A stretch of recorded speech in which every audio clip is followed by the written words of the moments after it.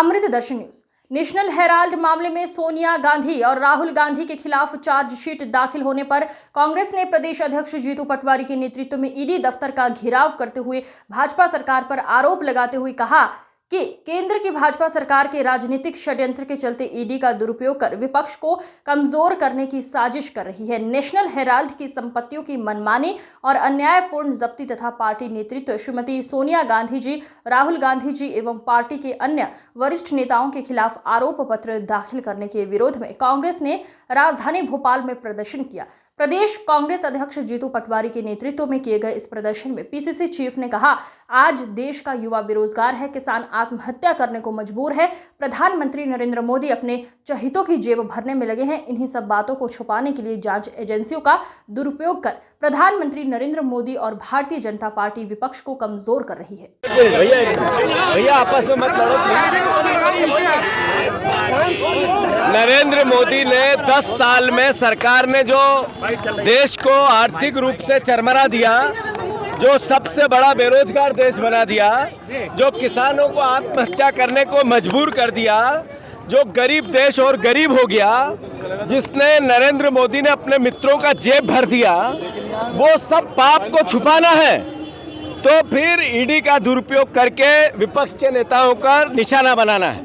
सोनिया गांधी जी, जिन्होंने देश की उस मर्म को, जिसमें एक कैसी बेटी होती है, कैसी बहू होती है, कैसी माँ होती है और कैसी एक देशभक्त नागरिक होती है, उसके सारे आयाम पूरे किए, प्रधानमंत्री का पद त्याग दिया।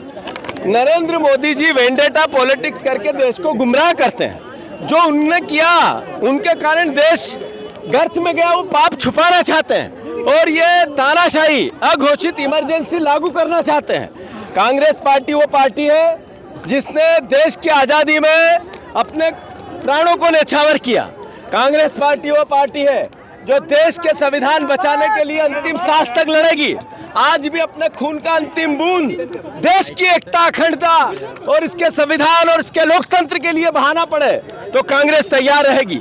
हम सोनिया जी पर जो कार्रवाई हुई, ये अलोकतांत्रिक है। ये नरेंद्र मोदी अपने पापों को छुपाने के लिए इस तरह की कार्रवाई करवाते हैं। अरे 5000 से ऊपर केस ईडी ने डाले, 0% रिजल्ट 10 साल में। आपने एक भी बीजेपी पे ईडी ने कार्रवाई नहीं की। जिन नेताओं पर की, करीब 36 नेताओं पे की, 80% बीजेपी में चले गए। ये है ईडी। तो ये तोता नहीं है तो क्या है? ईडी बीजेपी का तोता है। ईडी बीजेपी का तोता है। ईडी बीजेपी का तोता है। ईडी बीजेपी का तोता है। ईडी बीजेपी का तोता है। ईडी बीजेपी का तोता है। ईडी बीजेपी का तोता है। ईडी चलो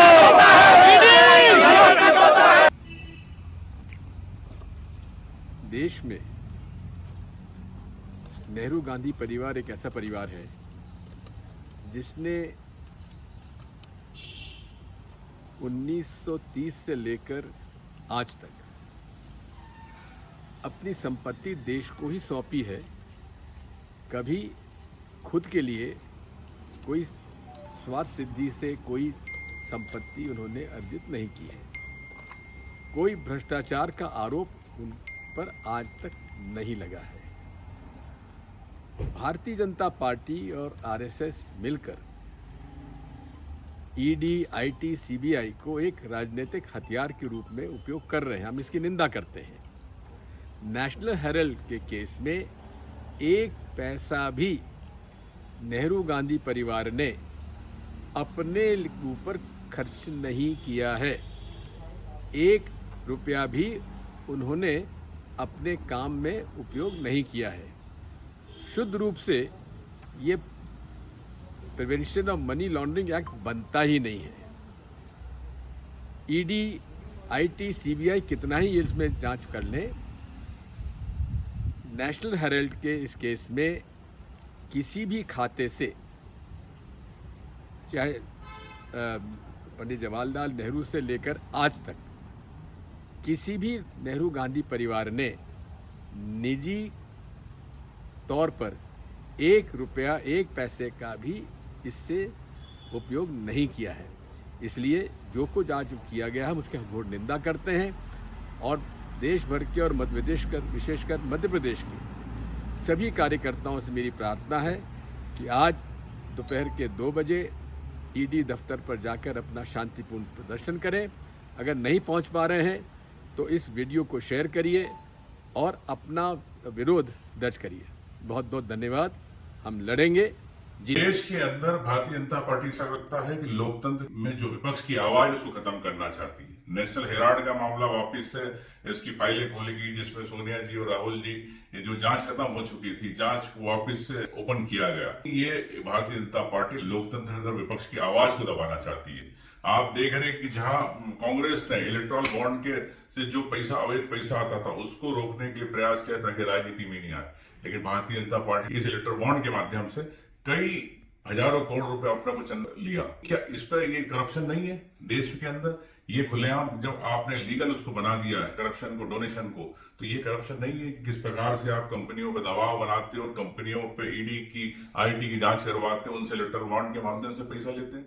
तो ये भारतीय जनता पार्टी लोकतंत्र की हत्या करना चाहती है। आज हमारे मध्य प्रदेश के अंदर भी एक मामला हुआ था, लोकायुक्त ने उसको चालान पेश नहीं किया, सौरभ शर्मा को जमानत मिल गई। भारतीय जनता पार्टी की सरकार अगर घोटाले करती है तो उस घोटाले पर भारतीय जनता पार्टी जांच नहीं कराना चाहती। आज हमारे प्रदेश के अंदर जल जीवन मिशन को लेकर हजारों करोड़ का घोटाला हुआ, परिवहन घोटाला हुआ, शिक्षा को लेकर नर्सिंग घोटाला हुआ, लेकिन सरकार अपने मंत्रियों को बचाना चाहती है। सरकार इस पे जांच नहीं कराना चाहती। तो ये आप समझ सकते हो किस प्रकार से कथनी और करनी का फर्क है। राहुल गांधी जी के साथ, सोनिया जी के साथ पूरी कांग्रेस पार्टी एक साथ खड़ी है। आप इस दबाव की राजनीति से कांग्रेस कभी नहीं दबेगी। कांग्रेस हमेशा आम व्यक्ति की बात उठाती है, उस भ्रष्टाचार की आवाज को रूप में हम उठाते हैं जो जनता के पैसे गाड़ी कमाई से किया गया।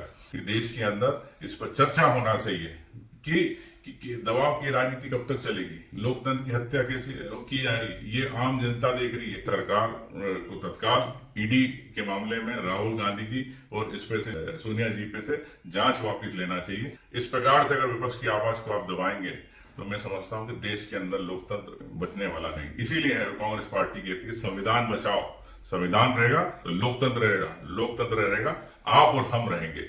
जय हिंद।